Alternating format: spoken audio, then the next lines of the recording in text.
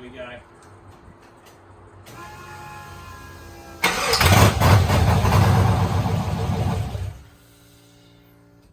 Killed itself. Did it? Hey guys, welcome back. So that was the first official start. That was the first time we turned the key. That's the first time it kicked over. So you notice that it cut out. So it cut out by itself. Ended up being the reason where I went through like a lot of things, a lot of wiring and stuff like that. Ended up being the VATs was still on.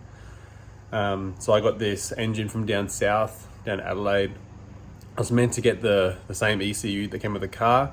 Guy bought it off, who's a legend, sent it to the tuner. Anyway, it took me months to get it off him, and it turns out he just sent me a random ECU. Gave it to a guy named here in Brisbane named Kyle. It was a manual, just standard tune on it, and this is an auto. So that dude real dogged me, Webster down in Adelaide. He real dogged me, mate. So thanks for that. Said he had a mix up, but that's all right. So this is what it's like now.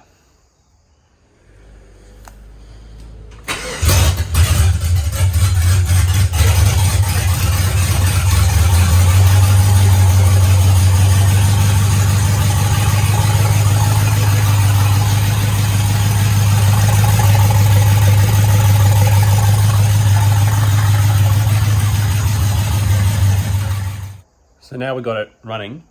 The problems we had with the first start. So the oil pressure sensor is back here on the back of the head. So I bought a T-piece, which is somewhere here. Here we go. So you can use like the original sender for the dash and still incorporate the LS1. So I didn't sit that in there properly, like it's the back of the head. Wasn't seated properly, the washer was a bit on the piss. And that like shot oil everywhere. So that happened on the first start. So at least we sort of knew that the oil pressure was good. But that's something I've got to fix. I don't have that in right now. It's just a standard one. What else happened? We kept filling up the transmission fluid. There was no leaks from that, so that's good. The cooling system. It's a bit everywhere. So it's pretty tight with the belt there. Also, the LS1 tensioner for the water pump, like for the belt, that was, sort of knew it was well off. Anyway, I've seen a few things where like people sort of pull the pulley out so it lines up. So anyway, the belt was walking off. So I ended up getting a LS2 tensioner. I don't know why I just didn't do that in the first place, but so I put that in there now. So that's all nice and flash and new. So that kept the belt on there, so I could get the battery charging. So with the, all right, let's talk about the wiring. So I'm actually going to redo a lot of the stuff I've done. So I've got the loom here. As you can see, everything's just sort of laying there. I got a bit excited the past like week or so, like just trying to get it started, because I wanted to get it started before I come into Chrissy. So I know it's started, I know what to do and know what I can fix up over Chrissy, and hopefully we start driving it next year. So, well, we could drive it out now, but we're not going to because it's fucking loud with no exhaust. Also, where the exhaust comes out, it's right on the wiring for the transmission, so I don't want to burn anything. But other than that, let's talk about the wiring. So I just ordered a new fuse box to go in, fuse and relay box to go in the engine bay. What I've basically done is, so I told you guys it was in a Hilux before. So what I had to do might be different to what you've got to do. So basically I had to bring constant 12 volt power from the battery to the ECU. That's just like a 1mm cable, 18 gauge is it, or 20? I then got three, I'm an electrician, so I'm gonna say in like millimeters where, you know, auto sparkers will say like an AWG or AGW. It's a 6mm cable. I've got three of them coming from the battery. You might have seen in other videos, that's all gonna get tidied up. So I'm gonna come, so you've got, for your injection, a relay, you've got fuel pump relay, thermo fan relay.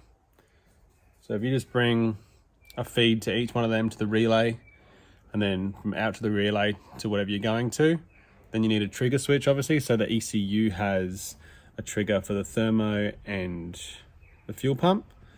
For the injection, I've got that to come on when the ignition comes on, so I've taken a feed off the ignition to the relay as a trigger. So when that triggers, gives power to the ECU for all the injections and stuff like that. At the back, So I hope that wasn't too hard. So if you don't understand how a relay works, it's basically switching higher voltage. So you can't take like bulk voltage, bulk amps into an ECU. They're not designed to carry lots of current. So what it is basically a bridge, and then when that trigger wire goes, it closes the bridge inside and allows the current to flow directly from the battery, where you're getting all your amperage from your alternator, straight across. When the trigger clicks off from the ECU, cuts power. That's the easiest way to look at it. We did have another problem as well. So my fuel pump was the wrong way around. First thing when my mate Matt came over to start it up was like, I got our first problem. And I was like, what? He goes, the fuel pump's the wrong way around. So I've got this sort of temporary in here at the moment because this is all going to come out for paint, hopefully like in January in the new year, which is only like a couple of months away. So, because these are a bit like short now because I had it the other way around. But so just got them all sitting there like that. The fuel tank, fuel cell I'm going to mount today. And I might actually drive it out the front because, there we go. Might drive it out the front because it could do with a bit of a wash. Exhaust, it's going in for exhaust at the start of January. The 3rd, I'm taking it to SMF. Steve, he's a legend. He's like a Palabar here in Brisbane. Check out his Facebook. SMF, Steve, whatever fabrication it is. He's going to come straight off the headers.